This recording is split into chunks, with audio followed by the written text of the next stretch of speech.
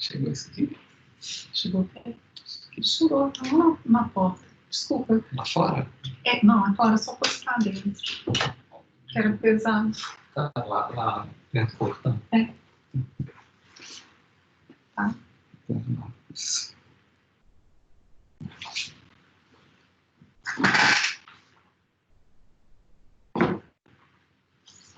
Quando eu te perguntar sobre isso aqui, eu vou te perguntar sobre isso e sobre isso. Se é diferente, como vocês fazem. Tá? Pode ter alguma coisa diferente que a gente pode falar.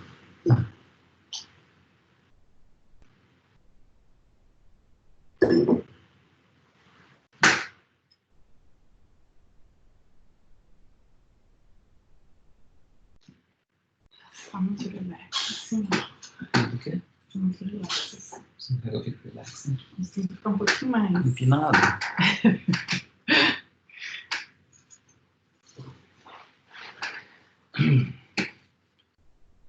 Mais tenso. Firme. Eu vou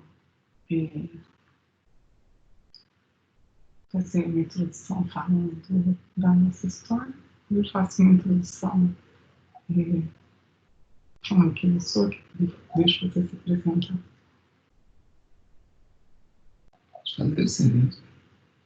Não, vou deixar vocês falar de você, né? Bom.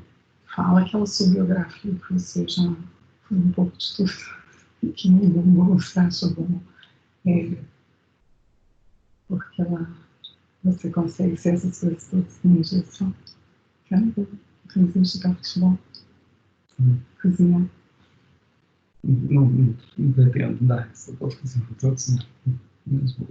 Não, Ai, vai ser boa. Eu sei que é uma. Acho que tem que ser divertido. Assim. Não sei. Energize.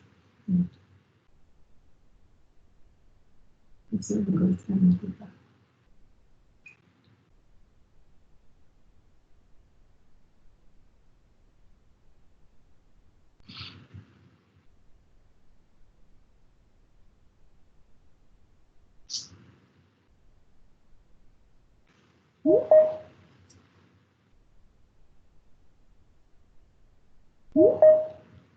Juarez, quanto tempo eu não vejo?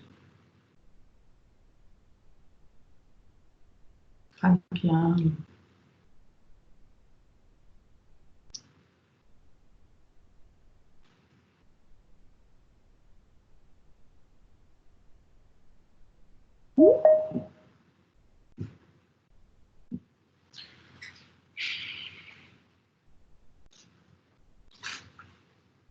Deixa eu ver se eu consigo.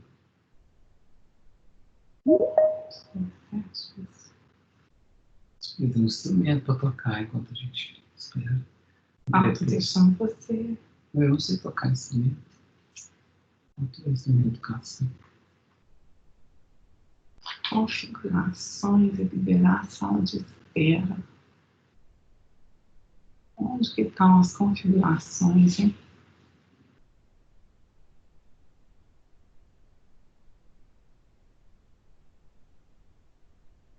Isso aqui.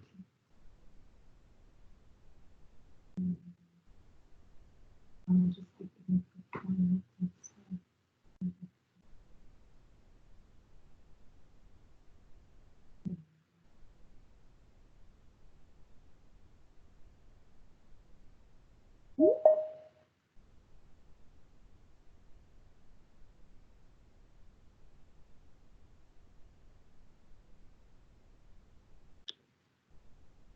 Eu não sei onde que faz isso, não.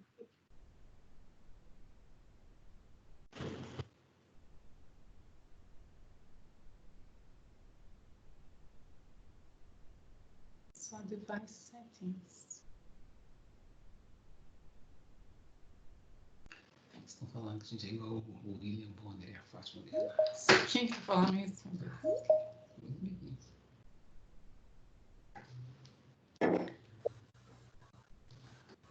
Deixa eu assistir o comentário da Sara, que só na coisa. Tá juntinho sem máscara. É isso aí, Sara. A situação aqui é mais tranquila.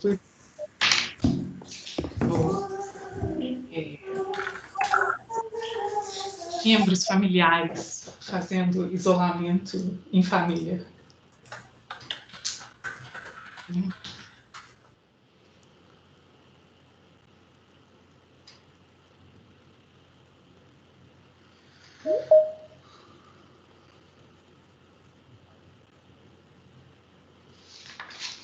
Bom, então já que a Sara perguntou ali, eu vou começar contando um pouquinho da história, e aí quem chegou aqui, ó, 2 minutinhos antes, vai entender a história toda, né? Eu conheci o Thorsten quando eu fazia graduação ainda, sabe? E quando eu me formei, a gente começou a namorar. E logo depois disso, né, eu convidei ele para a gente ir fazer doutorado fora do país. Eu queria morar fora, eu queria ter uma experiência fora, então, muito cedo no namoro, eu falei com ele que a gente tinha que fazer doutorado fora. E assim a gente fez, né? Eu comecei fazendo mestrado já pensando nos planos do doutorado, que escolas que a gente ia escolher para estudar, onde que a gente ia morar, onde que a gente ia fazer e etc, né? Então a gente se casou logo depois que eu terminei meu mestrado. Ele já tinha terminado dele há 1 ano mais ou menos, né? Ele era um pouco na frente na computação. E depois disso, então, a gente se casou, foi para o Canadá fazer o doutorado. Lá nós moramos 8 anos, né? E depois disso a gente foi iniciar as nossas carreiras propriamente ditas, porque até então a gente tinha sido só estudante na vida, né? Então aí eu fui ser professora na PUC, ele começou aqui em BH numa outra empresa e logo ele foi para o Google também.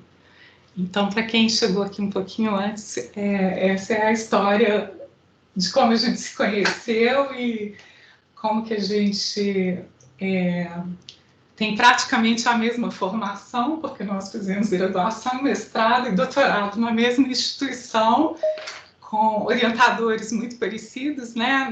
Por exemplo, no nosso doutorado a gente tinha o mesmo orientador, né? E no mestrado a gente ainda teve orientadores diferentes aqui no UFMG, né? Mas o doutorado era um casamento 24 horas por dia, porque a gente passava o dia inteiro estudando juntos e levava uma vida 24 horas juntos, fazia tudo juntos, né? Então, o casamento resistiu, né, a esse tempo todo.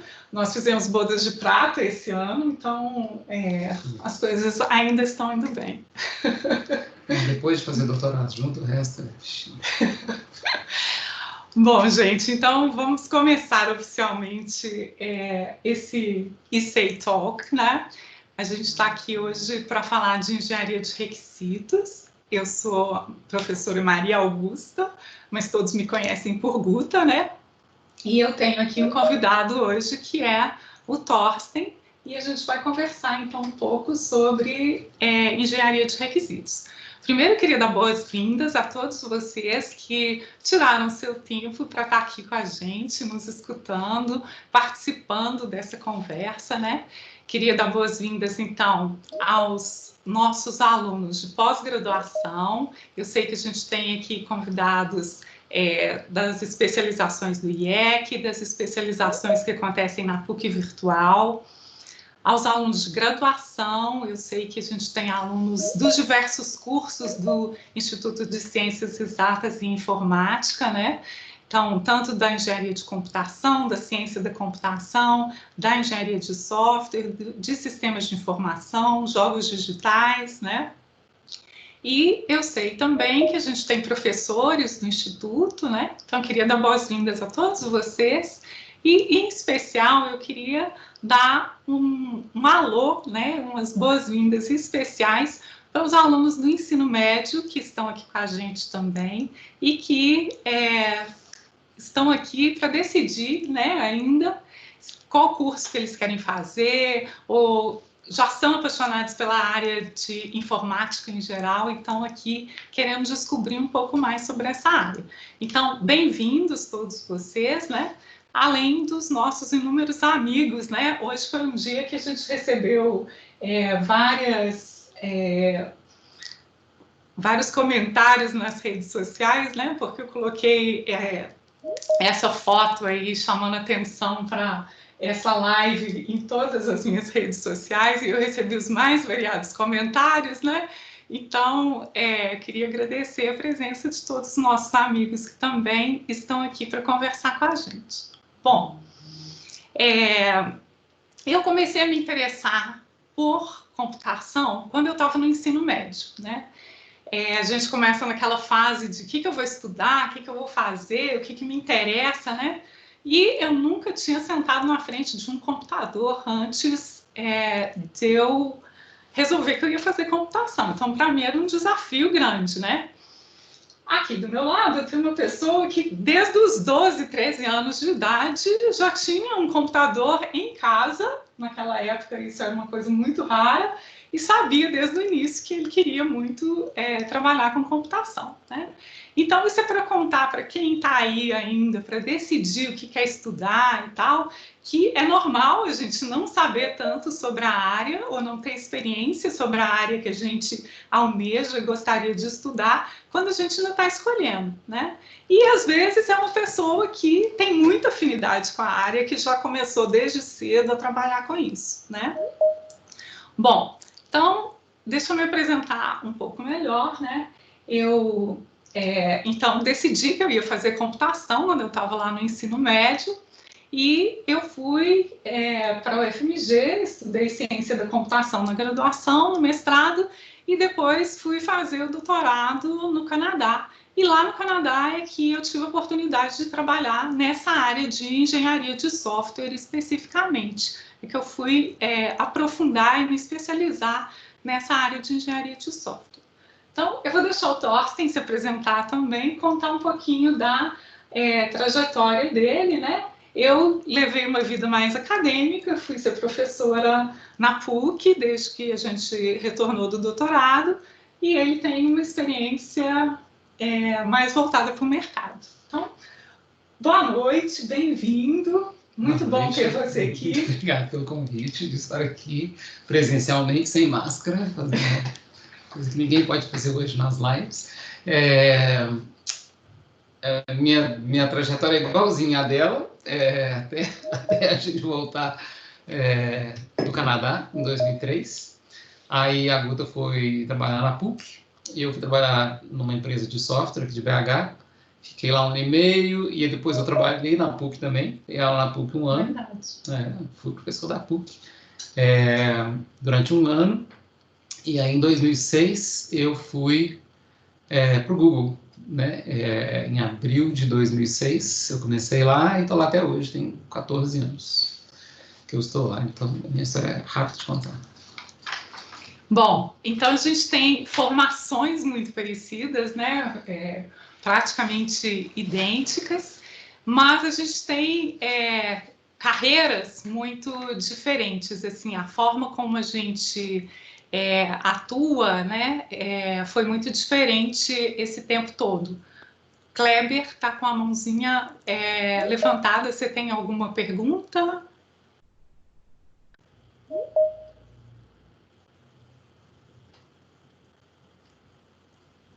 Bom, vou continuar, qualquer coisa você me para de novo aí, tá bom, então vamos lá. Bom, então, gente, o que a gente vai falar aqui hoje é uma sub-área, uma parte bem específica da engenharia de software, né? Que é a engenharia de requisitos. Então, a ideia da nossa conversa aqui hoje é assim: eu vou primeiro falar um pouquinho sobre a área de engenharia de requisitos dentro da engenharia de software, e aí eu vou fazer umas perguntas para o Thorsten, para ele contar para a gente como que acontece a engenharia de requisitos lá dentro do Google. E Aí, ao final, eu vou deixar um tempo também para vocês poderem fazer as perguntas. Então, podem ir tendo ideias aí, anotando as suas perguntas, porque pode colocar aí no chat, porque ao final, então, a gente vai ter a chance de vocês perguntarem especificamente para o Thorsten alguma coisa, tá? Então, vamos lá. Vou passar aqui. Eu tenho um único slide, tá? Eu sei que o professor gosta de falar muito e tem muito slide, mas eu prometo para vocês que eu só tenho um slide, que é esse que a gente vai ver aqui agora, e é o único slide que eu tenho para hoje. Então, eu vou dar uma geral aqui na área de engenharia de requisitos. Então, quando a gente fala de requisitos de software, a gente está falando de descobrir todas as demandas que os usuários têm para a gente criar um determinado software, para a gente construir um software. E quando a gente fala de demandas, é algo muito aberto, né? A gente quer saber exatamente qual é o problema que aquele usuário tem, que aquele cliente tem, né? Qual é o problema daquela organização que ela traz para a gente tentar resolver com uma solução de software.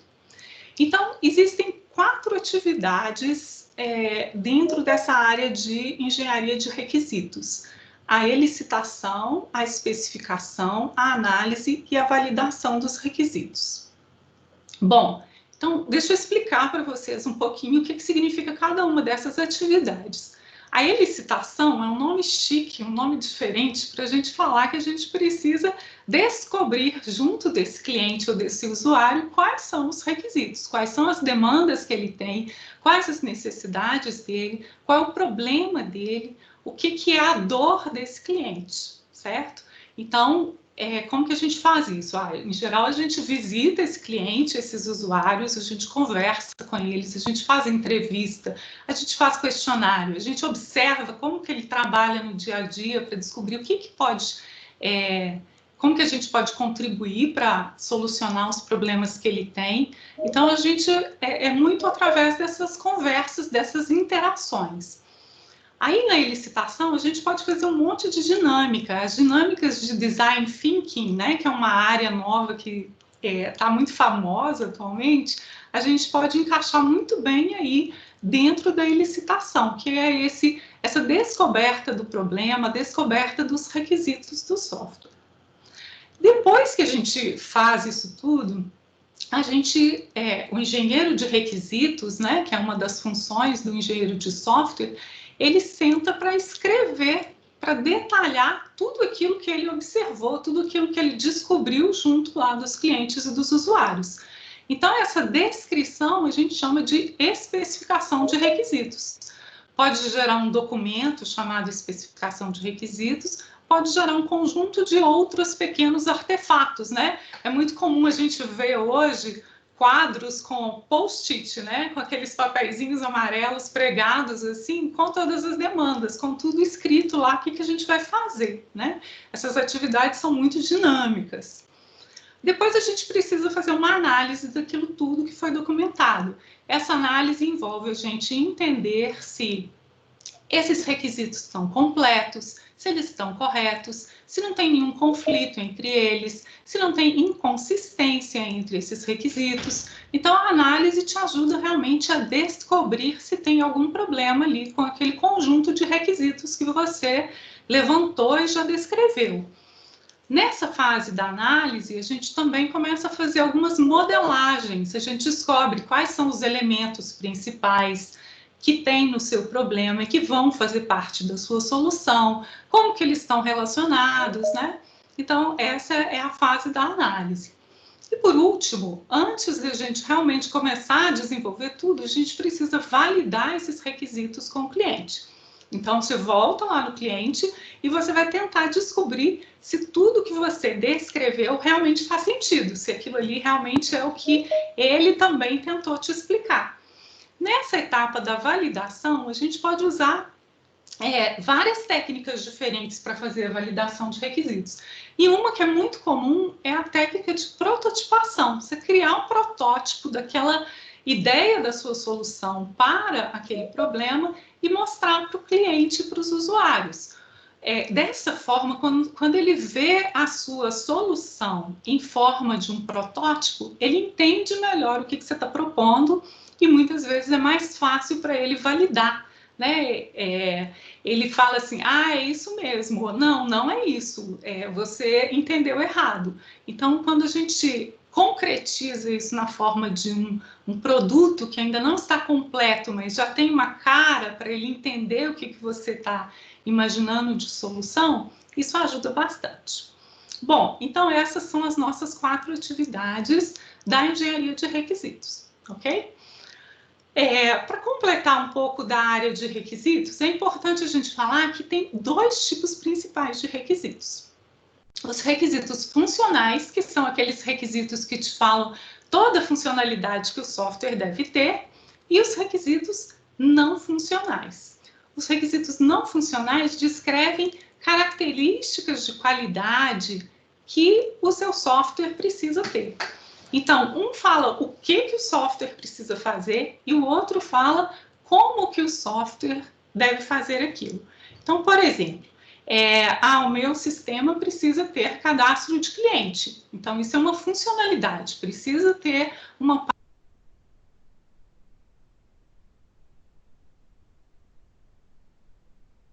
chegar lá.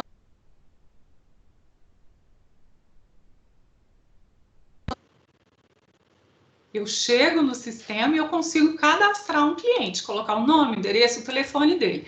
Então, essa é uma funcionalidade do meu sistema. Agora, imagina que eu tenho vários clientes e que eu vou cadastrar esses vários clientes e que esses clientes depois vão acessar o meu sistema e eles vão acessar o meu sistema e, simultaneamente, eu preciso ter milhares de clientes acessando o meu sistema. Isso é um requisito não funcional, porque eu estou falando que o meu sistema precisa ter uma capacidade de suportar um número elevado de clientes trabalhando simultaneamente ali no meu sistema. Então, eu tenho a funcionalidade e depois eu tenho a qualidade da funcionalidade que o meu sistema vai apresentar, ok? Bom, dito tudo isso, isso que eu descrevi é um processo normal que acontece, por exemplo, numa fábrica de software. Então, a fábrica de software, ela recebe um cliente, esse cliente contrata a fábrica de software para desenvolver um software para resolver um problema que ela tem. Ok. Mas a gente sabe que o Google não é assim. O Google não é uma fábrica de software. Então, a gente está aqui para entender hoje como funciona um processo de engenharia de requisitos numa empresa que não tem cliente. Tem muitos clientes, mas não tem um cliente que vai lá e contrata o Google para desenvolver um software sob medida para ele. O Google desenvolve softwares para todo tipo de usuário, né? Ele quer abranger o maior número de usuários possíveis. Então, a primeira pergunta para o Thorsten Enfim, como que acontece esse processo de engenharia de requisitos no Google? Como é que são os produtos? Como é que vocês descobrem os requisitos? depende, né? Depende do tipo de produto. O Google tem uma variedade enorme de produtos. Tem todos esses que vocês conhecem, busca, Gmail, Maps, etc. E tem um conjunto grande que vocês não conhecem, que são os produtos internos que a gente usa lá dentro para todo tipo de coisa. E mesmo esses externos, né, tem vários tipos de coisas diferentes. Então, a gente tem sistemas web, como a busca, por exemplo, que são sistemas usados por quantidades imensas de pessoas, né, e a gente tem sistemas menores, por exemplo, aplicativos Android, que são usados por menos pessoas, tem alguns muito específicos para grupos bem menores. E como a gente descobre os requisitos depende muito do tipo do sistema que a gente está trabalhando. Então, não sei como é que você quer que eu ir no mérito todos eles, aliás, deixar você me perguntando, porque a resposta é depende, e aí você pergunta mais. Tá? Eu quero que você explique melhor, então, como que vocês fazem para fazer esse levantamento de requisitos funcionais e não funcionais? Tá, então eu vou ter que ir por partes. Deixa eu pegar... Eu acho que o Google é uma empresa muito grande, então tem muitos produtos diferentes. E, assim, eu já trabalhei em produtos diferentes, vários desses produtos, né? E o normal, ou em geral, a gente trabalha em cima de um produto que já existe. Então, é muito difícil a gente lá pegar para construir um sistema do zero. Porque a gente já tem sistemas muito grandes. Vocês veem que o Google lança poucas coisas novas por ano. A gente lança melhorias nos produtos que já existem. Então, assim, até tem produtos novos que vão aparecendo, mas no universo total de software que a gente produz, é a minoria. Então, a maior parte do trabalho que eu já fiz lá foi em produtos que já existiam. Então, tanto melhorando a busca, quanto melhorando o Google Maps, o Orkut, na época do Orkut, né? Trabalhei muito tempo com o Orkut. E então levantar requisitos para um produto desses, ele tem características em comum, porque primeiro você já tem usuários, né? Você tem aí às vezes centenas de milhares ou milhões de usuários e você não pode atrapalhar a experiência desses usuários que você já tem.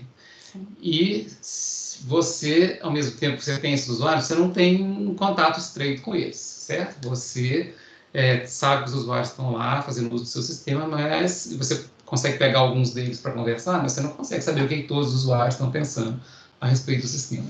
Então, nesse caso, a gente se baseia muito em dados. A gente tem dados de uso, né? Os usuários estão usando o sistema, a gente observa como os usuários usam o sistema e usa esses dados para tomar decisões sobre o que fazer, onde investir dentro daquele sistema, que funcionalidades novas a gente tem que fazer, quais das antigas a gente tem que melhorar, quais são os problemas que os usuários estão encontrando. Isso tudo a gente determina usando dados do uso dos próprios usuários. Então, a gente sabe quais partes do sistema os usuários usam mais, quais eles usam menos, e a partir daí a gente usa isso para tomar decisões. Não é a única forma, né? A gente também faz assim, focus groups, junta um grupo pequeno de usuários e entrevista eles para saber como que eles usam, que tipo de problemas eles têm. Se a gente entrevistar usuários suficientes, a gente tem uma ideia mais ou menos representativa do global, né? Mas é claro que não dá para saber tudo, entrevistando poucas pessoas, mas a gente faz isso também. Às vezes, quando é viável. Em sistemas muito grandes, como a busca, né? A busca é um sistema que tem bilhões de usuários. Não dá para fazer isso. Então, a busca é um caso interessante. Como a gente determina se uma mudança na busca é boa ou não. Então, uma forma de se tomar decisões de requisitos na busca é fazendo experimentos. Então, como a gente tem tantos usuários, a gente consegue colocar uma funcionalidade nova no ar, implementar uma coisa nova, colocar no ar para uma fração muito pequena deles, que mesmo essa fração muito pequena pode ter dezenas de milhares de pessoas.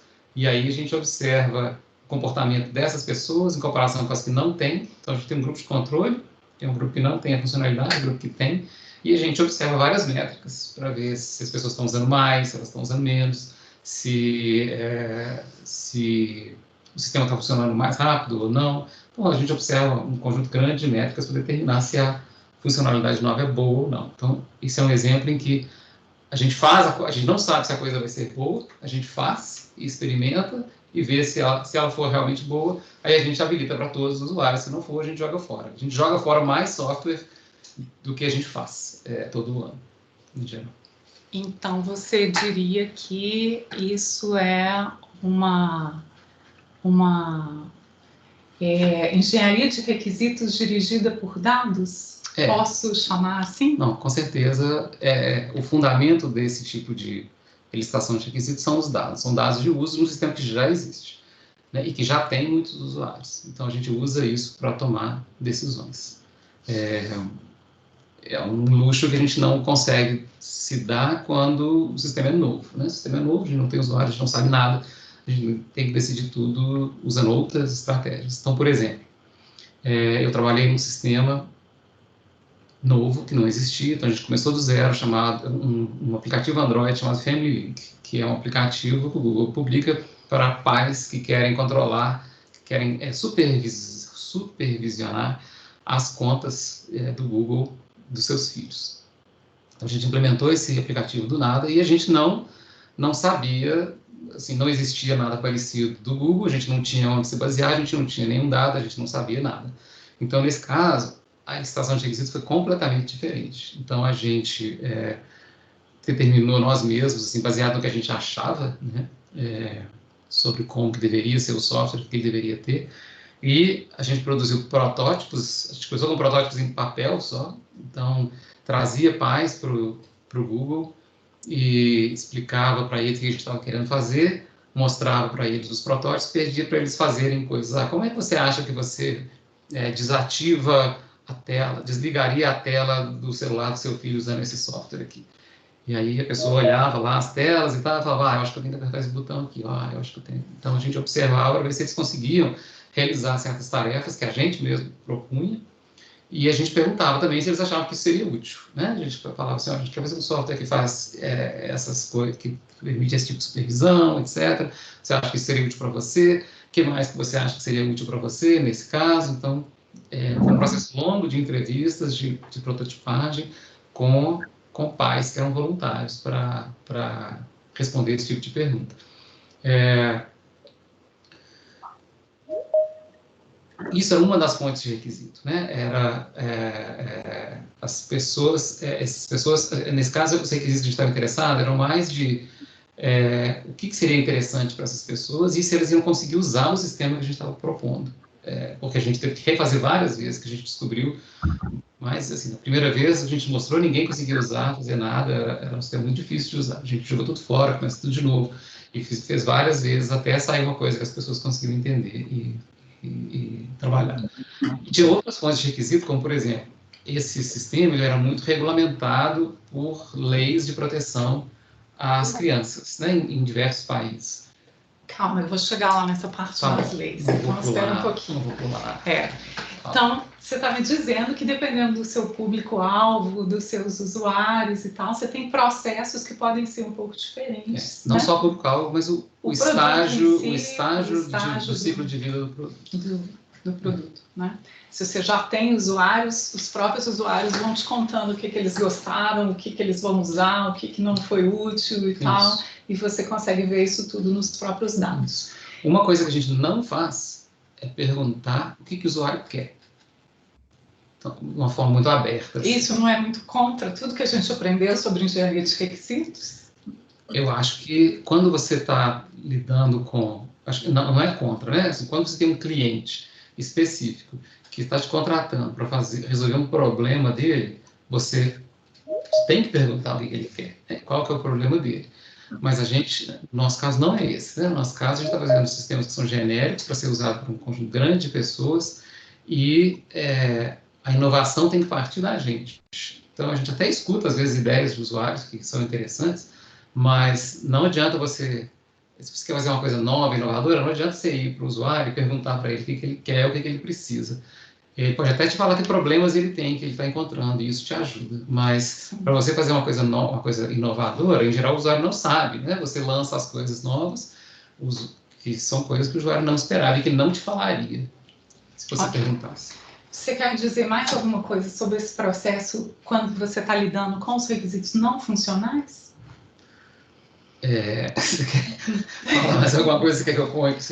Porque assim, vocês são uma empresa que tem que lidar com milhões de usuários. Vocês têm que lidar com uma internet que tem que funcionar worldwide. Requisitos não funcionais existem para todos os nossos sistemas. Então, em alguns, eles já são meio pré-determinados. Por exemplo, na busca, a busca já existe, ele é muito grande, ele tem requisitos por exemplo, de disponibilidade, de latência, muito rígidos. Explica para a gente o que é latência. Então. Latência é o tempo que leva entre o usuário fazer uma requisição, então, por exemplo, você digitar uma busca lá e ele vê os resultados.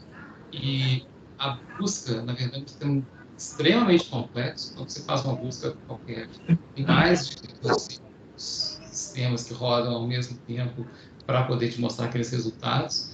E todos eles têm que ser rápidos, porque se um deles for lento, atrasa o resultado.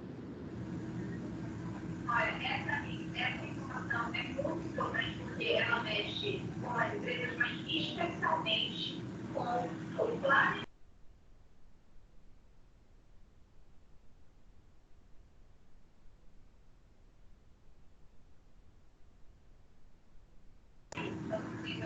Ô, Guta, alguém te colocou mudo aí.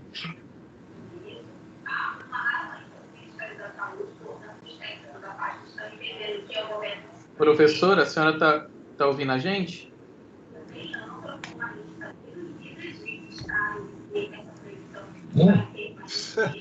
Liga para ela. Guta, tá conseguindo ouvir? Tô ligando para ela aqui.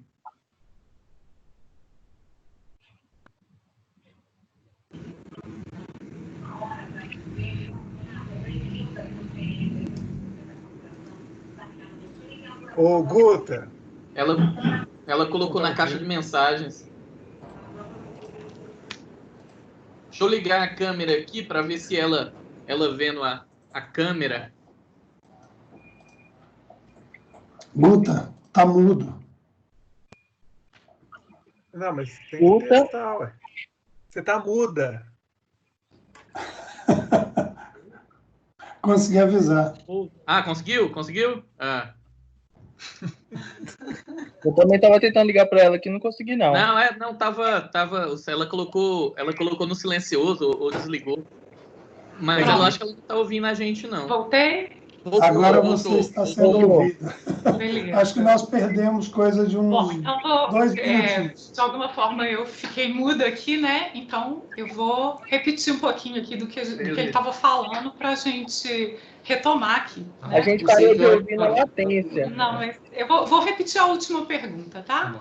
A última pergunta, então, foi querendo saber sobre a parte relacionada com os sistemas internos. Quando eles vão desenvolver sistemas para o público interno, inclusive é o que ele está trabalhando atualmente, né, com projetos para o público interno. Então, como que se dá a engenharia de requisitos quando é o público interno que eles estão lidando, tratando? Esse caso é bem mais simples, o mais tradicional, né? A gente conversa diretamente com os clientes, as pessoas que vão usar o sistema. A gente tem acesso, né, direto a eles, diário, então a gente consegue fazer reuniões de licitação, a gente consegue fazer uma descrição, um documento de requisitos e mostrar para o cliente aprovar aquilo. A gente consegue fazer isso em outros sistemas, né? A gente vai mudar a interface do Maps, a gente não pode perguntar para todo mundo se todo mundo vai aprovar aquilo ou não. Mas sistemas internos não, é uma abordagem muito mais tradicional, como a que você estava explicando no início aí da conversa. Ok. Então, agora eu vou deixar ele falar um pouquinho sobre as leis, né? Como que as leis influenciam nos requisitos? Porque a gente acha que é só o desejo do usuário, a necessidade do usuário, mas muitas vezes a gente vê que o mundo é muito regido por leis, e essas leis também precisam estar refletidas nos sistemas de software que a gente desenvolve, né? Eu já vi esse aqui falando comigo assim, nossa, agora eu só trabalho com advogado. Eu falo, mas como assim? Então eu quero que ele conte um pouco dessa experiência. Tá, o Google é uma empresa de muita visibilidade e que é muito regulamentada em todos os países, tanto no Brasil quanto nos Estados Unidos, na Europa. E os vários sistemas que a gente coloca no ar, né, disponível nesses países todos, tem que se adequar às leis do país. Por exemplo, no Brasil, qualquer um pode... Estou lembrando aqui, deixa eu lembrar de coisas antigas. Então, na época do Orkut, né? Não sei se todo mundo que está aí lembra do Orkut. O Orkut era a maior rede social do Brasil até 2010, mais ou menos. Na época que eu trabalhava no Orkut, qualquer pessoa podia entrar na justiça contra a outra por danos morais. E quando a pessoa entrava na justiça contra a outra por danos morais, você, né, uma pessoa me falou calúnias contra mim aqui no Orkut e eu estou processando ela. A justiça emitiu um pedido judicial e o Google tinha que dar para a justiça todas as informações relativas àquele caso. Então, os sistemas tinham que ser desenvolvidos de forma a atender esses pedidos. Eles tinham que ter uma forma relativamente fácil de você buscar lá todos os dados necessários para atender uma ordem judicial. Isso era um caso. por exemplo, quando eu trabalhei nesse sistema, o Family Link, que é um sistema para pais, tem muitas leis de proteção à criança online. Nos Estados Unidos tem uma lei chamada COPPA, Child Online Protection and Privacy Act. Esse conjunto de leis é muito rigoroso, muito rígido, tem um monte de cláusulas, e eu não sou advogado, eu não entendo, não sei ler a lei e entender exatamente o que tem que ser feito. Então a gente trabalhava junto com advogados que estavam lá só para interpretar a lei e saber. Então a gente fazia, tudo que a gente fazia, a gente tinha que mostrar para os advogados para eles falarem se podia ou se não podia fazer daquele jeito. Porque, por exemplo, não pode. Deixa eu dar um exemplo de lei, que aconteceu, uma coisa que aconteceu comigo, né? Tinha. Não como parte desse sistema, mas outro sistema que tinha a ver com crianças, a gente estava desenvolvendo, eu desenvolvi uma funcionalidade, era um negócio parecido com um Atlas infantil, onde se a criança procurava um lugar geográfico no mundo qualquer, né, procurava China, o resultado mostrava um mapinha do mundo e mostrava um aviãozinho voando do lugar onde a criança morava para a China, ou para, seja lá onde for, né? Ela procurou Recife, então um aviãozinho mostrando de Belo Horizonte e voando de Belo Horizonte para Recife, para ilustrar, ter uma coisa ilustrada para a criança ver. Depois que a gente fez isso tudo, a gente mostrou para os advogados, eles falaram, de jeito nenhum, você não pode mostrar isso. Por que não? Porque você não pode mostrar, você não pode mostrar o lugar que a criança mora. A origem da criança. Você pode mostrar o lugar que ela pesquisou. Você não pode mostrar onde que ela mora, você não pode ter acesso a essa informação. Aí não avançamos, né? Não existiu. Então, esse é um exemplo. Eu estou vendo que o professor Rodrigo Baroni está participando aqui, ele está perguntando da Lei Geral de Proteção de Dados, né, que está surgindo aí, que passa a ser importante para a gente. E você tem algo a falar? Eu não sei os específicos, não, mas deve ser bem parecido com as leis lá de proteção da União Europeia, que são bastante rígidas, restritas. A Alemanha, por exemplo, é um país que tem leis super rigorosas de privacidade, proteção de dados. Então, os sistemas todos têm que ser instrumentados para atender essas exigências, né? Assim, faz parte dos requisitos. Então, hoje, praticamente tudo que a gente faz tem que ser, tudo que a gente vai lançar de novo tem que antes ser aprovado por um advogado. E se a gente vai lançar em 50 países, tem que ser aprovado por 50 advogados, porque cada advogado é especialista, né? Se a gente vai lançar uma coisa no Brasil, a gente tem advogados no Google do Brasil só para poder olhar se determinadas coisas estão atendendo ao conjunto de leis de proteção do Brasil. Então, o processo de lançamento é super complexo, quando são funcionalidades mais... Tem algumas que não são, né? Então, por exemplo, eu trabalhei na busca de futebol. Mostrava resultados de jogos, mostrava esse tipo de coisa. Esse tipo de dado não é controverso, né? Não é dado de usuário. Em geral, só dado de usuário que causa esse tipo de problema. Então, esse tipo de informação não tem... só tem que atender a contratos de onde vem o dado, mas esse tipo de coisa é muito mais simples, então não exige tanta participação de advogados. Agora, quando a gente está lidando com dado de usuário, aí sim é um pouco mais complexo. Conta pra gente, mudando um pouco de assunto, conta pra gente de um erro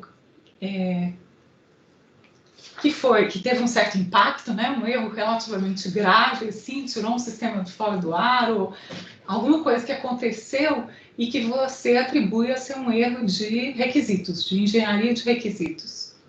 Tá bom. Erros acontecem toda hora, né? Hoje em dia menos, porque os processos de qualidade são bem mais rigorosos do que eram antigamente. Então, vou voltar lá antigamente, quando os processos de qualidade não eram tão rigorosos, e vou contar uma história que aconteceu no Orkut. Lá no início do Orkut, quando eu trabalhava, talvez alguém aí se lembre disso, mas no Orkut, quando o Orkut começou, tinha uma página que era um álbum de fotos, onde você podia colocar fotos, mas você podia colocar 12 fotos. Era tudo que podia colocar na página de fotos do Orkut.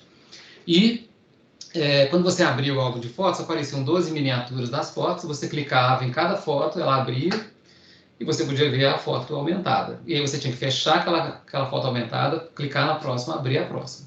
E a gente trabalhando no Orkut, alguém olhou para aquilo e teve a ideia brilhante e óbvia de, puxa, podia botar uma setinha aqui para ir para a próxima foto, né? Você vai ficar abrindo, fechando foto, é muito chato.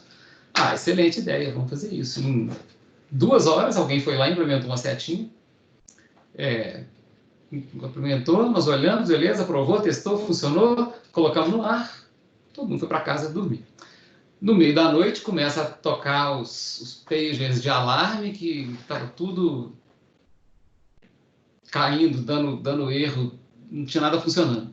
Aí nós corremos para o escritório de manhã cedo e o que tinha acontecido era que todo o sistema de imagens do Google estava caindo, estava fora do ar. Não só do Orkut, então o Orkut não estava conseguindo mostrar nenhuma foto, mas o sistema de busca de imagens, que ainda era um pouco primitivo naquela época, também não estava dando vários erros assim, em vários lugares. Então a gente tinha derrubado toda a coisa de imagem do Google. O que tinha acontecido?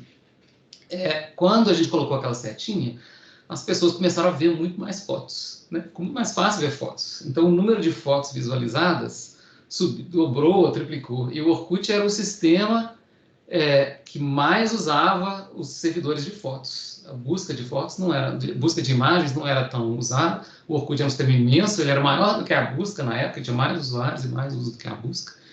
E quando a gente dobrou a quantidade de visualizações de fotos, os servidores de imagens não estavam escalados para aquele tanto de requisições. E aí começaram a cair. Então a gente teve que desligar, tirar a setinha o mais rápido possível, desligou aquilo, aí voltou, aí agora falou, não, peraí, então a gente voltou atrás, olhou, fez teste de escalabilidade, quantos requisitos iam ser, o que precisava fazer com os servidores, aumentar o número de servidores, aí levou assim mais de um mês até a gente conseguir colocar a setinha de volta, com tudo certinho. Então a gente nem pensou nessa questão de escalabilidade, não imaginou que ia dobrar ou triplicar o número de visualizações de fotos, só por causa de uma setinha. E aí, então foi um erro de requisito não funcional e um erro de cálculo de como que a funcionalidade seria utilizada por parte de vocês, né? Por isso também que quando eles lançam uma nova funcionalidade, implementam um novo requisito, muitas vezes eles vão lançando por etapas, né? Exatamente para ver como que o sistema vai se comportar à medida que você vai colocando mais usuários ali dentro daquele sistema como um todo, não é isso? Isso. Ok, joia. Bom, eu costumo falar para os meus alunos que a engenharia de software, ou a engenharia de requisitos mais especificamente, ela existe para mudar a vida das pessoas com os softwares que a gente desenvolve, com as coisas que a gente faz, né? Bonito isso. Não é bonito? Então, eu quero saber de você, qual o software que você já desenvolveu, que você acha que você mais mudou a vida das pessoas, que teve mais impacto na vida das pessoas e também na sua própria. De tudo que eu trabalhei, o que teve mais impacto na vida das pessoas, com certeza foi o Orkut. Trabalhar no Orkut era muito legal, a gente saía, assim, todo mundo usava o Orkut, né, antes de 2010, e a gente fazia licitação de requisitos saindo e indo espionar as pessoas nas lan houses, né, a gente entrava nas lan houses, ficava olhando como é que as pessoas estavam usando, não era a melhor forma, não, mas era bom, assim, a gente lançava coisas novas e via que ninguém estava usando, e não sabia por quê, então ficava lá, às vezes a gente perguntava. Era super divertido, era muito legal trabalhar num produto que todo mundo usava, né, e que tinha impacto na vida das pessoas. Eu vi ter impacto em pessoas que eu conheço, pessoas que usavam o Orkut e me contavam, né, quando ficavam sabendo, olha, o Orkut, isso, aquilo lá, conheci meu marido no Orkut, coisas do gênero. Então isso aí foi muito legal. Outro sistema que eu acho que teve impacto bacana, para mim, né, eu gosto de futebol, eu trabalhei, como eu falei, em busca de futebol, na época da Copa do Mundo, então a gente desenvolveu um monte de coisas para a busca de futebol do Google era muito ruim, né, então a gente tinha muitos concorrentes que tinham resultados muito melhores e a gente colocou como missão melhorar tudo, tornar um sistema bom de se usar para acompanhar a Copa do Mundo. Então foi uma época muito legal, então a gente viveu a Copa do Mundo toda em cima, um estado de tensão, de nossa, agora tem, né, de repente tinha mais de 1 bilhão de pessoas usando a coisa que você fez, e num momento importante, as coisas não podiam quebrar, né, elas tinham que estar sempre funcionando, e foi super legal também, assim, pessoalmente.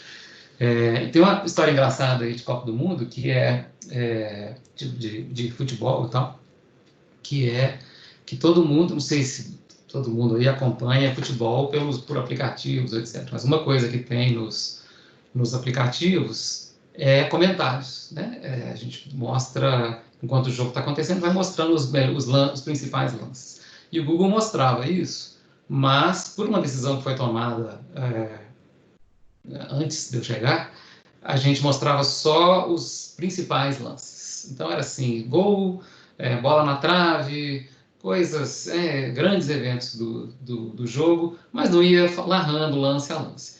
Mas aí eu descobri que a gente tinha esses dados. Então a gente é um provedor que fornecia essas coisas, e além de fornecer esses lances principais, tinha todos os lances lá, minuto a minuto. E eu perguntei, por que a gente não mostra isso? Aí eles falaram, a gente acha que a maioria dos usuários não está interessado em ver isso aí, que eles preferem ver só os lances principais. Aí eu falei, não, mas eu estou interessado. Então eu quero mostrar isso. Aí eu fui, implementei, coloquei lá uma chavinha para a pessoa ligar ou desligar, mostrar tudo ou mostrar só os principais. E como era na busca, né, fiz a instrumentação para medir e para mostrar para eles, olha o tanto de gente que vai querer usar isso aqui, como vocês estão errados.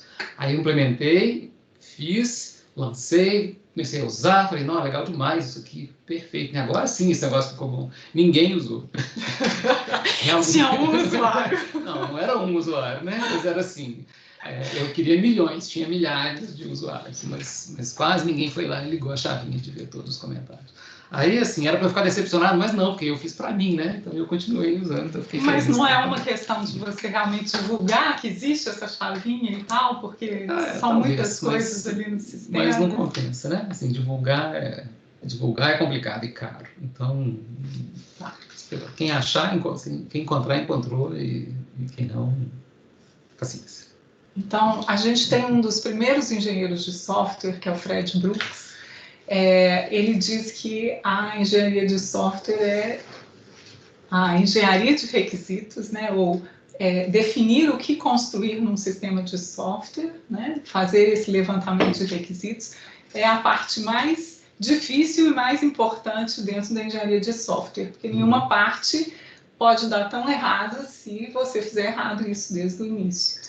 Queria que você falasse um pouco sobre isso, assim, se você concorda, enquanto engenheiro de software, se realmente isso aí procede, como é que isso acontece? Concordo, com certeza, sim. Eu acho que engenharia de requisitos não é uma coisa que o Google faz super bem.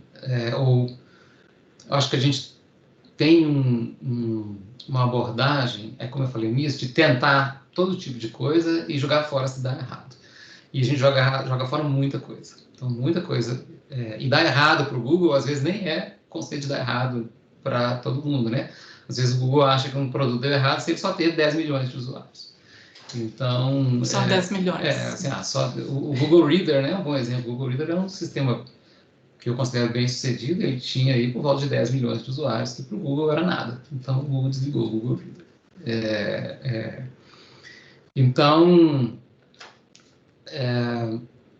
Eu concordo com o afirmativo, né, de que saber qual é o problema que você está resolvendo, o que você está querendo fazer para o usuário, é a coisa mais importante. Porque a gente jogaria menos coisas fora, talvez, se a gente tentasse entender mais antes se as coisas são... Por exemplo, no Family Link, eu acho que fizeram um trabalho muito bom de repetir várias vezes com grupos de pais que eram os reais usuários, mostrar até chegar no ponto de que não, agora acho que os requisitos estão bons. Agora, isso foi feito várias vezes, mas não foi assim, fizemos isso várias vezes e aí construímos o sistema. A gente ia construindo um sistema e aí a gente descobria que não dava para fazer daquele jeito e jogava tudo fora. Então a gente fez o sistema umas 3 ou 4 vezes, quase inteiro, e foi jogando coisas fora, porque a gente foi descobrindo coisas que iam funcionar e que não iam funcionar. Mas isso também é um pouco do que a gente aprende na engenharia de software, né? É que a gente constrói, reconstrói e vai construindo de novo, porque a cada uma dessas construções em ciclos, a gente vai aprendendo o que realmente está funcionando e o que não está funcionando para descartar. Sim. Bom, gente, eu queria então agora abrir um pouco para as perguntas de vocês. Então eu consigo ver algumas aqui, né? E aí eu vou repetir algumas aqui para o Thorsten, mas primeiro de tudo, Eu queria ver se tem alguém da graduação que quer fazer uma pergunta. Eu já vi aqui que tem uma. Eu quero ver se tem alguém do ensino médio que quer fazer uma pergunta. Então, pode se identificar aqui no chat, falando assim, sou aluno do ensino médio e quero perguntar isso. Eu vou repetir algumas aqui de alunos da graduação, que eu já vi. Tem de professores, então eu quero uma pergunta de cada tipo de participante que a gente tem aqui hoje, tá? Então, você é a mestre de cerimônias. Vou começar aqui, olha, pegando a Mariana. Deixa eu ver se a Mariana fez uma pergunta. Ela está falando que o Orkut era o máximo. Então, você tem alunos de graduação de hoje que usaram o Orkut. Ó.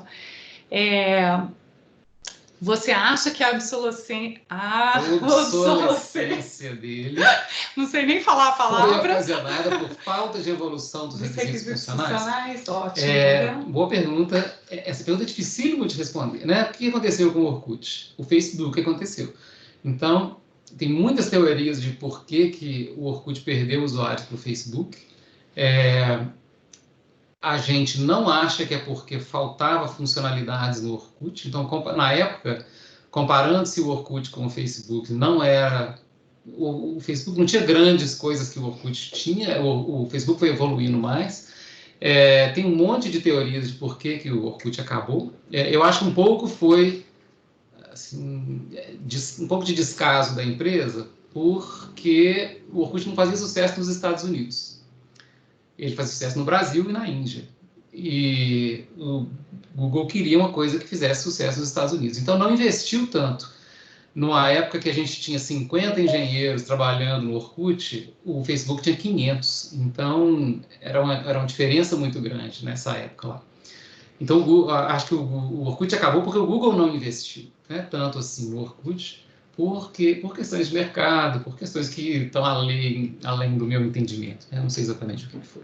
Mas acho que a sua pergunta é assim, foi falta de evolução dos requisitos funcionais? Foi. E foi falta de evolução por falta de interesse da empresa como um todo de investir no produto. Ok. A Priscila, ela está perguntando qual ferramenta que o Google usa para documentar e gerenciar requisitos de software. Relacionado com gerenciamento de requisitos, tem uma outra pergunta ali do professor Fábio Martins. Deixa eu responder essa primeiro. Porque às vezes você já... Tá, então vamos por partes. São duas, Google Docs e Google Spreadsheets. A gente não tem um sistema de gestão de requisitos separado. A gente escreve documentos de requisitos, né? Especificações de requisitos. Usando o Google Docs e usa toda a função do Google Docs de comentário, discussão, etc., para ter todas as discussões de requisitos, documentar as versões, diferentes versões, evolução dos requisitos, etc. E a gente usa planilha para gerenciar ali o que é que foi feito, quando e como e etc. É tudo bem básico. Todo mundo acha que o Google tem coisas super sofisticadas de engenharia de software. Eu acho que tem, mas é mais relacionado com código, né? Vocês têm ferramentas de revisão de código, que inclusive viraram ferramentas comerciais ou oficiais utilizadas pela comunidade como um todo. Mas acho que é muito relacionado com isso, né? Já vi a pergunta. Como vocês mantêm a rastreabilidade dos requisitos? Isso, professor. A resposta a gente não mantém. Não mantém. A gente não... a gente tem... a gente mantém rastreabilidade. A gente tem muito rastreamento de código, né? Então, a gente consegue acompanhar muito a evolução. Então, uma vez que o sistema está pronto e a gente quer fazer uma funcionalidade nova, corrigir um bug, seja lá o que for, a gente tem sistemas onde você abre um ticket, né, digamos, e você vai colocando ali tudo que é feito para atender aquela funcionalidade nova. Então, todas as mudanças no código, todas as mudanças de documento que forem necessárias, mas não é exatamente um sistema de rastreabilidade de requisitos. Então, assim, a gente consegue rastrear certas coisas, mas não diria que a gente faz com esse objetivo explícito, não. É mais uma forma de controle de de acompanhamento, né, de controle de projetos, de controle de coisas que servem um pouco para a rastreabilidade. Mas lá, escolhe aí. O Jefferson está perguntando, mais voltado para a metodologia ágil, se ouve muito sobre ágil, não se documenta muita coisa. Queria saber que além de user stories, se tem mais alguma coisa que vocês usam, né? De documentação, documentação de requisitos, né? Olha, tem quando a gente entrevista usuários, a gente tem os user stories. Quando não tem, existe um cargo no Google chamado gerente de produto. A responsabilidade principal dessa pessoa é cuidar dos requisitos do sistema, e inclusive fazer a licitação, etc. A documentação, em geral, é feita através de documentos. São documentos escritos, texto. A gente usa as funcionalidades de versionamento para poder acompanhar a evolução dos requisitos. Então, às vezes, você criou inicialmente uma coisa, depois você vai e muda tudo, mas você guarda as versões originais para a gente saber como foi a evolução do pensamento. Mas o documento, mas são documentos assim, texto meio normais. A gente usa uns templates que a gente tem, mas nada de muito sofisticado, não. Tem uma pergunta interessante aqui que é relacionado com o ciclo de testes, né? Como é que vocês relacionam requisitos e testes e tal? Tá bom. Como a gente relaciona requisitos e testes? Toda vez que a gente especifica um sistema, então, requisitos tem duas partes, né? Tem a parte do problema, que em geral é especificada pelo gerente de produto. Ele explica o que o sistema tem que fazer. Nessa hora, ele não especifica testes em geral. A gente tem uma outra fase que é de especificação do sistema, onde a gente fala para aquele problema, qual a solução que a gente vai dar. Nessa hora, a gente especifica, nos documentos, né, especifica quais são os testes que a gente pretende fazer, como o sistema vai ser testado. Não tem uma ligação direta de um para um, de esse teste para testar aquele requisito. Eu acho que a ênfase do Google mora em testes de código, testes de unidade, onde cada engenheiro é responsável por testar seu próprio código, tem uma cobertura de testes grande para o código. Os testes maiores, que são para testar se os requisitos mesmo estão sendo implementados, eles em geral são especificados nessa hora. Na hora que a gente faz a especificação do sistema, a gente especifica os testes também. Acho que a resposta é essa. Assim, tem um momento em que esses testes são especificados e a gente tenta manter isso atualizado na medida do possível, mas não faz uma conexão explícita entre os testes e os requisitos que foram especificados. Ok. Bom, o Everson, que é aluno da Engenharia da Computação, ele está perguntando qual especialização curricular você se concentrou para trabalhar no Google e com quais linguagens de programação você mais utiliza hoje e o que você recomenda para os alunos se concentrar. Eu acho que o curso de Engenharia de Software ou o curso de Engenharia de Computação são cursos bem arredondados, assim, que preparam o aluno de uma forma generalizada, assim, para entrar no mercado de software, inclusive no Google. O Google, ele não contrata engenheiros de software especialistas em geral, com algumas exceções, mas em geral eles contratam pessoas que são aptas para trabalhar em qualquer parte de qualquer sistema.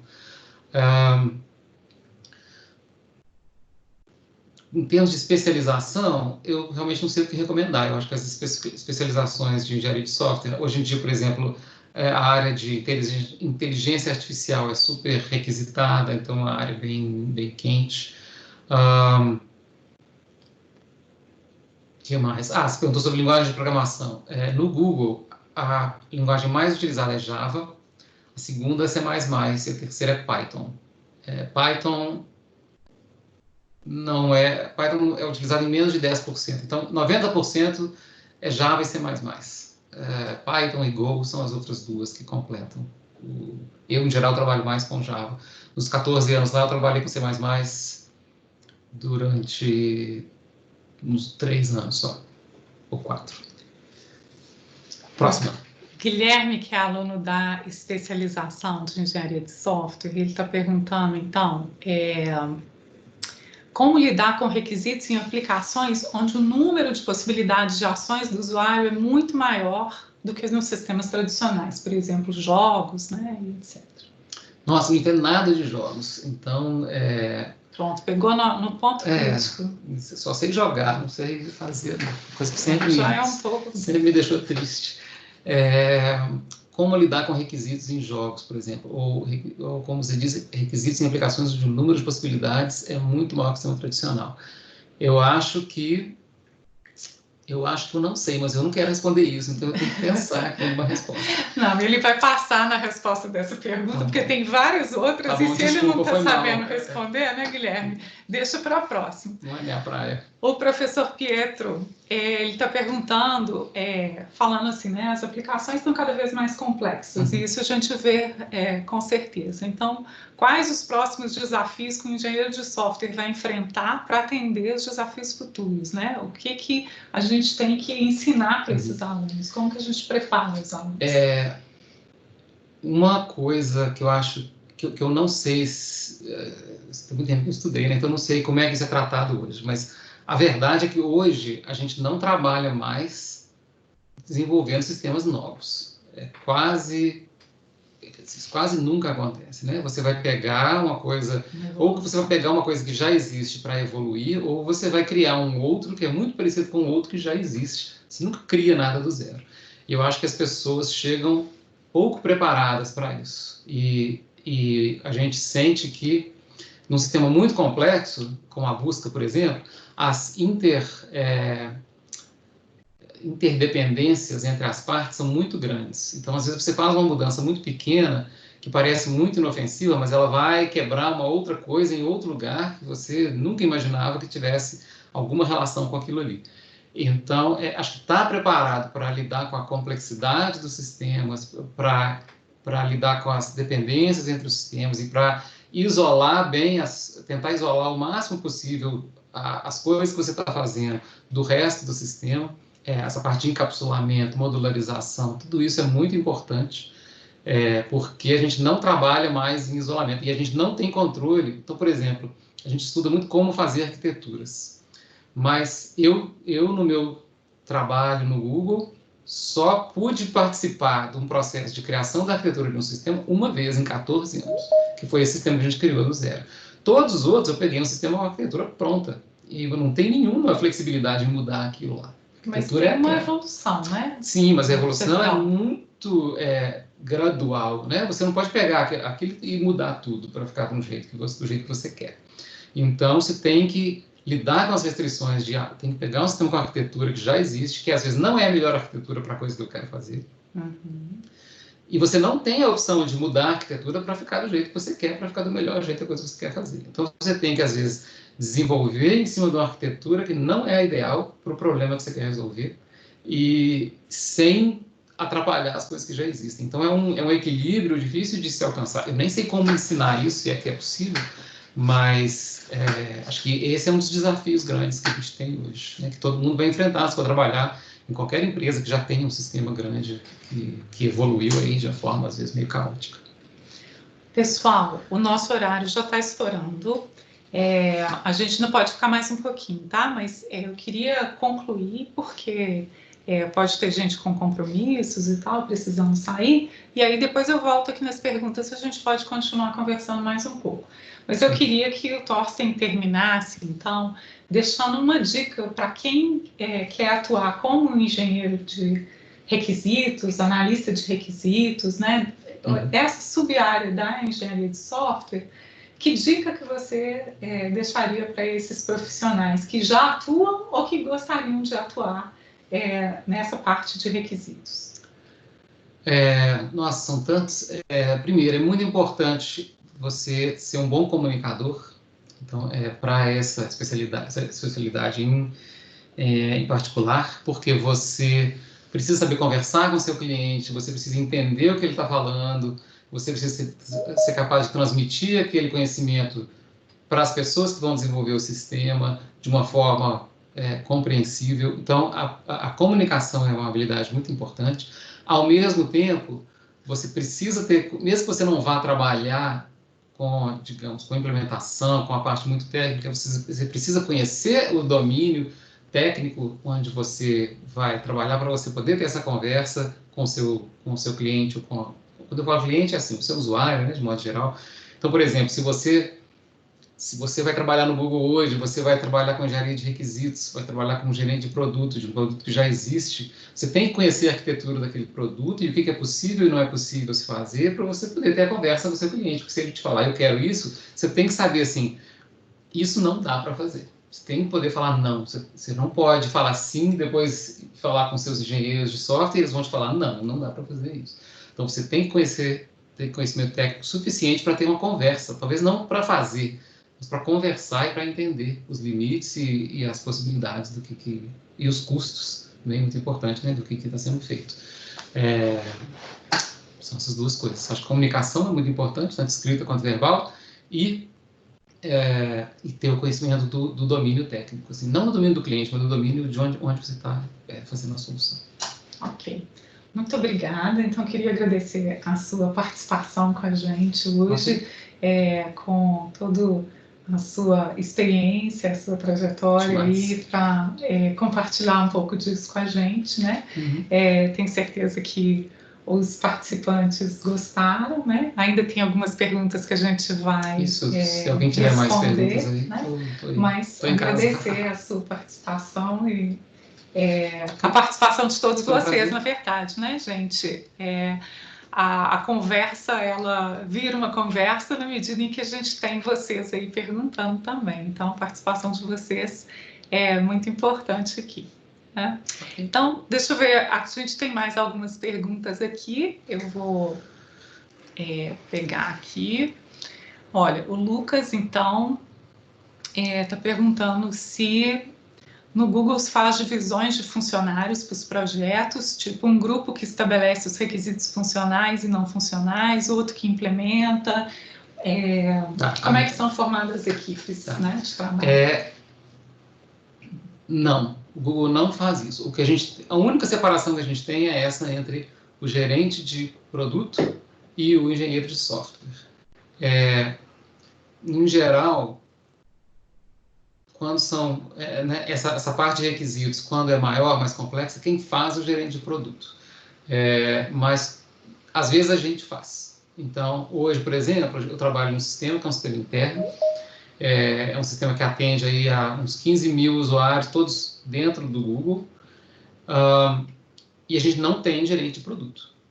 Então, quando a gente precisa saber o que fazer para os clientes, quando os clientes pedem alguma coisa, nós mesmos é que fazemos documento de requisitos, a gente faz, né? Então a gente faz desde o início até o fim, a gente faz os requisitos, faz o projeto do sistema, faz o plano de testes, implementa o sistema, escreve os testes, coloca o sistema no ar, monitora para ver se ele está rodando. Todo o ciclo de vida do sistema é gerenciado por uma equipe só e não tem separação de papéis lá dentro, não. Todo mundo tem que fazer tudo. Agora, em sistemas muito grandes, então, assim, existem exceções, né? Então, às vezes tem um sistema, às vezes na busca tem um grupo de pessoas que trabalham só com teste, tem um grupo de pessoas que faz só a parte de produto. A parte de projeto e implementação não é muito dividido, não, é meio todo mundo junto.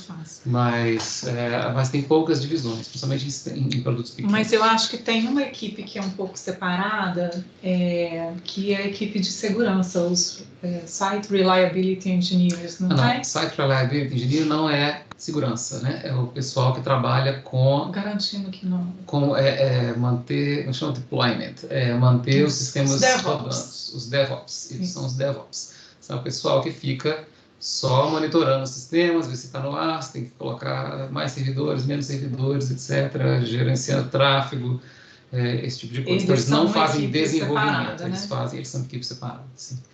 Mas agora, no caso do meu produto, né, que é um produto menor, que não tem milhões de usuários, tem milhares, a gente não precisa disso. Nós mesmos é que fazemos o monitoramento e gerenciamento dos binários, etc. Pois mas tem um conjunto de engenheiros de segurança também, SREs. Não, SREs é o que eu acabei de falar, não tem uma... não tem um cargo de engenheiro de segurança. Tem um grupo Certo. na empresa que deixa eu explicar melhor. Então, se você vai lançar alguma coisa, você, hoje, no Google, como parte do processo de lançamento de uma funcionalidade qualquer, um produto qualquer, você precisa ter duas aprovações. Uma é de privacidade. Então, tem um grupo que analisa o seu projeto para ver se você está satisfazendo todos os requisitos de privacidade impostos pelas leis dos diversos países, impostos pelo regulamento interno, etc. Então, por exemplo, nenhum desenvolvedor pode ter acesso a dados de usuário, certo? Então, hoje eu trabalho lá, todo o sistema que eu trabalhei, lá na época do Orkut, não tinha isso ainda, a gente conseguia, para debugar, acessar dados de usuário. Hoje, impossível, em qualquer sistema, você acessar qualquer dado de usuário. Mas você tem que, o seu projeto do seu sistema tem que garantir, fazer essas garantias. Então, você tem que ter essa aprovação de privacidade. E a outra é de segurança. Quem dá essas aprovações? Segurança o seu sistema parece que não vai permitir, né, que hackers entrem no seu sistema e façam coisas ruins com os dados dos usuários.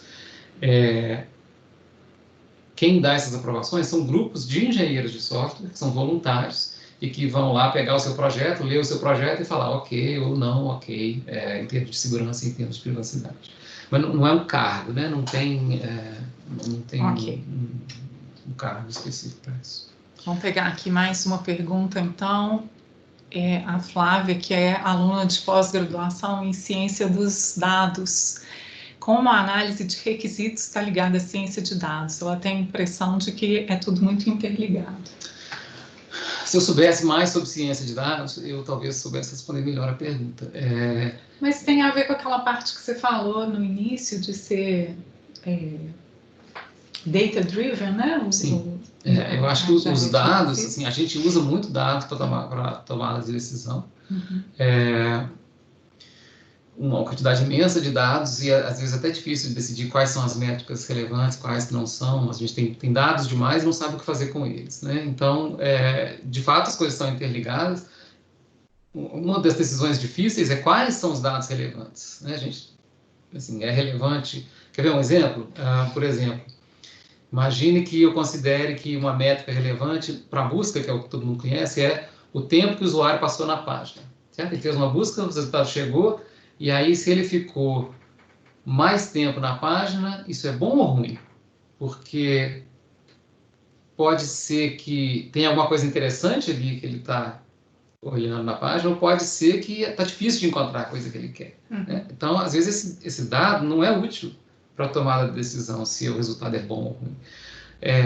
Então, assim vai com várias métricas, né? Eu me lembro já de ter muitas discussões com as pessoas sobre, isso aqui, essa métrica quer dizer que é bom, e outra pessoa discutindo que essa métrica mesmo quer dizer que é ruim, e os dois argumentos válidos. Então, às vezes, um pouco uma parte da dificuldade, e onde talvez a ciência de dados possa ajudar, é em determinar qual dado que é relevante para um requisito e qual que não é. E uma decisão tomada a partir de um dado, ela é válida, assim, faz sentido aquela decisão, ou é possível tomar a decisão contrária com o mesmo dado, né? Às vezes a gente usa informações, a gente vê isso aí na imprensa toda hora, dados sendo citados para demonstrar determinado ponto de vista, para provar determinado ponto de vista, e aí outra pessoa vem com um dado exatamente oposto para provar o ponto de vista contrário. Então, isso quer dizer que o dado não é muito útil para demonstrar aquilo.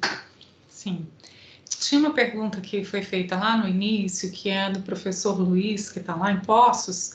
Ele pediu para você falar um pouco mais sobre a validação dos requisitos. Como é que se dá o processo de validação dos requisitos? Depende também, né? Então,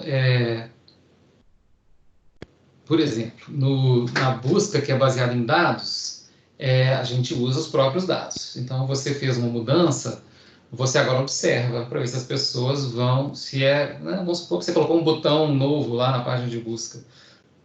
Para algumas queries, aquele botão vai aparecer. E você observa quantas pessoas clicam no botão, ou quantas veem o botão, mas não clicam. Ou você cria, né, caminhos, assim, às vezes a pessoa... um jeito um jeito trivial de validar um requisito. Qual é o requisito de busca, por exemplo? É que o melhor resultado tem que estar em cima. Então, se você fez um resultado, uma mudança no algoritmo de busca, você quer validar aquela mudança, você vê se as pessoas continuam clicando no resultado de cima ou se elas estão clicando no de baixo. Porque se elas agora estão clicando no de baixo, quer dizer que sua mudança piorou os resultados. Né? Então, e ele perguntou especificamente dos requisitos não funcionais. Como é que vocês fazem validação dos requisitos não funcionais? A gente faz a instrumentação dos sistemas para medir, né? Tudo baseado em métricas. Então, latência, por exemplo, é muito fácil de medir. Você mede o tempo entre você fazer uma requisição e a resposta chegar. E a gente mede esses tempos em todas as fases. Né? Você chama lá 200 sistemas e todos chamam outros sistemas, etc. Você está medindo latência em todos esses pontos. E a gente tem dashboards, né? Mostrando as latências dos vários sistemas. E a gente estabelece limites, se os limites são violados, alguém é avisado. Então, tudo é na base de medidas, né? Disponibilidade também. Agora, tem alguns que não dá para medir, tipo usabilidade. A gente tem que transformar a usabilidade em outras métricas. Por exemplo, essa de você está clicando no segundo resultado é porque piorou a usabilidade. Então, você tem que achar outras formas de medir para saber como medir essas coisas. Mas, em geral, a gente tenta instrumentar, determina métricas e instrumenta para medir essas métricas. João, a Sara está perguntando como lidar com a complexidade do código quando tem uma quantidade absurda de dados e precisa processar com velocidade.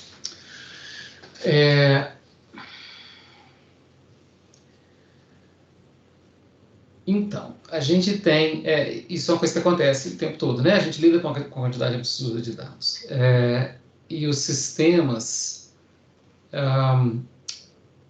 são feitos para lidar com essa quantidade absurda de dados de uma forma mais ou menos simples, fazendo trade-offs, né? Eu me lembro aí que um dos sistemas mais antigos de armazenamento de dados do Google, que não é usado mais, chamava-se Bigtable, que era um banco de dados não relacional, que era feito para ser quebrado em milhares ou dezenas de milhares de máquinas. Então, você tinha um banco de dados gigantes, que eram divididos, que eram todos chardeados, quebrados em muitas máquinas, mas que o acesso era muito rápido. Só que você não tinha funcionalidades bacanas que a gente tem em bancos de dados relacionais, de busca, de juntar bancos diferentes, etc. Então, exigia muito mais trabalho dos DBAs, né, que não são DBAs, mas dos engenheiros que estavam desenvolvendo aquele banco de dados, de como os dados iam ser colocados naquele banco de dados para otimizar o acesso naquele caso, porque o dado tinha que ser estruturado de uma forma muito precisa para conseguir atender aquelas consultas. O código ficava mais complexo? Fica. Então, lidar com complexidade, o que acontece, né? Esse banco de dados, ele atendeu muito bem durante um tempo, mas como o código dele o código para se usar esse banco de dados era relativamente complexo, e as necessidades foram ficando cada vez mais complicadas, ele passou a não atender mais. Então, a gente tem que criar um outro sistema de banco de dados para substituir aquele, que é um pouco melhor, mais flexível, que tem um pouco mais de facilidade para o usuário, para tornar o código menos complexo. Então, o usuário, aí é o usuário desenvolvedor, né? O usuário desenvolvedor, exatamente. Então, é um equilíbrio delicado ali entre quais os mecanismos, as tecnologias que a gente tem para usar e a complexidade do código gerado para usar esse código. A gente tenta manter o código o mais limpo possível através de um processo de revisão de código. Então, todo código é revisto, todo código que é feito, a gente tem guias de estilo para todo mundo escrever código mais ou menos parecido, ser capaz de ler o código com facilidade. Então, cuida-se muito da qualidade do código dentro do Google, mas de uma forma bem artesanal, assim, né? Todo mundo olhando, muita gente lendo aquele código e dando opiniões, fazendo comentários para melhorar a qualidade daquilo e diminuir a complexidade. Bom, eu vou, então, ler a última pergunta, né? Para a gente encerrar a live. E é do Richard, ele está perguntando, né? Ele quer saber como que vocês tratam regras de negócio, se isso é separado dos requisitos, se vocês se está ali dentro dos requisitos ou se tem uma separação. Né? Não, não é separado, não. Inclusive, a gente não... Vou falar que a gente não tem muitas regras de negócio, ou o que a gente chama de regras de negócio não são regras, né? Porque os domínios onde a gente atua são muito flexíveis, né? A busca não tem regras, é a gente que inventa. Maps, as regras são baseadas em modelos matemáticos. Um sistema como... Então, eu acho que muitas das regras de negócio vêm do mundo real em termos de leis, né? A gente tem que atender a leis, regulamentações. Regras mesmo, né, dos domínios, por exemplo, o aluno precisa ter 60% dos pontos distribuídos para passar. Isso, mas a gente não tem um sistema dessa natureza. Isso que eu estou dizendo, os sistemas que a gente trabalha, eles não têm, eles não são de domínios muito específicos que têm suas próprias regras. As regras meio que a gente que inventa, né? Quais eram as regras de negócio do Orkut? Não tinha. Não tem regra de negócio. Da busca também não tinha, o Google inventou. Então, a gente atua poucas vezes. Agora, tem sistemas que tem. Então, por exemplo, tem o Google Classroom lá, que as meninas estão usando para estudar as aulas remotas. Então, aí a gente tem que atender a um monte de regras de como a escola funciona. Não tem... esses requisitos são especificados, mas são requisitos como quaisquer outros, assim, né? Assim, não são requisitos impostos pelo mundo externo, mas não são tratados de forma diferente, não. Então, tem a gente, claro, anota lá e fala assim, olha, tem determinadas coisas que vêm das próprias escolas, que são essas aqui, de como as escolas funcionam. Essas outras, fora desse domínio aqui, a gente pode fazer o que a gente quiser. Então, mas eu não diria que tem uma separação entre requisitos comuns e regras de negócio. Joia. Ok? Então, agradecer novamente a sua participação. Agradecer muito a participação de todos vocês, gente. Eu continuo à disposição, se vocês quiserem fazer qualquer pergunta depois, posso até repassar para o Thorsten. Se quiserem entrar em contato comigo por e-mail, meu e-mail é guta@pucminas.br, tá? Eu posso receber os e-mails. Alunos de graduação em geral, alunos do ensino médio que estão chegando para estudar com a gente ou que ainda não se decidiram, eu também recebo as perguntas todas, encaminho para os diversos coordenadores que precisarem, tá? Então, a gente está disponível sempre. O ICEI, que é o nosso Instituto de Ciências Exatas e Informática, tem um conjunto, um leque de cursos aí de graduação na área de informática. A gente atua com muitos projetos de extensão, de pesquisa e no ensino para garantir uma formação bem ampla dos nossos alunos, né? A gente tem diversas parcerias com empresas que fazem parte aí também da formação de vocês. Bom, então a gente vai ficando por aqui. Vou agradecer muito a participação de vocês, né? Muito importante essa presença que vocês trouxeram para a gente hoje. Eu estou vendo aí vários ex-alunos meus, né?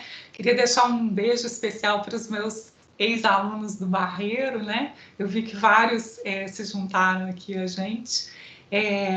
Os meus alunos de engenharia de software também, os meus alunos da pós, bom, um beijo para todo mundo, né?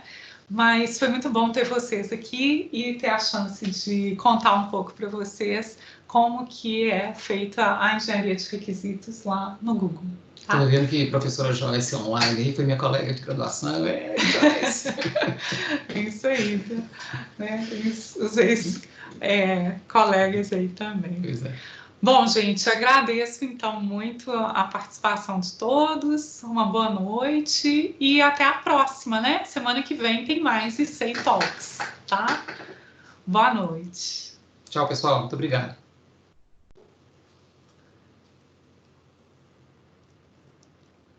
Quero ver o...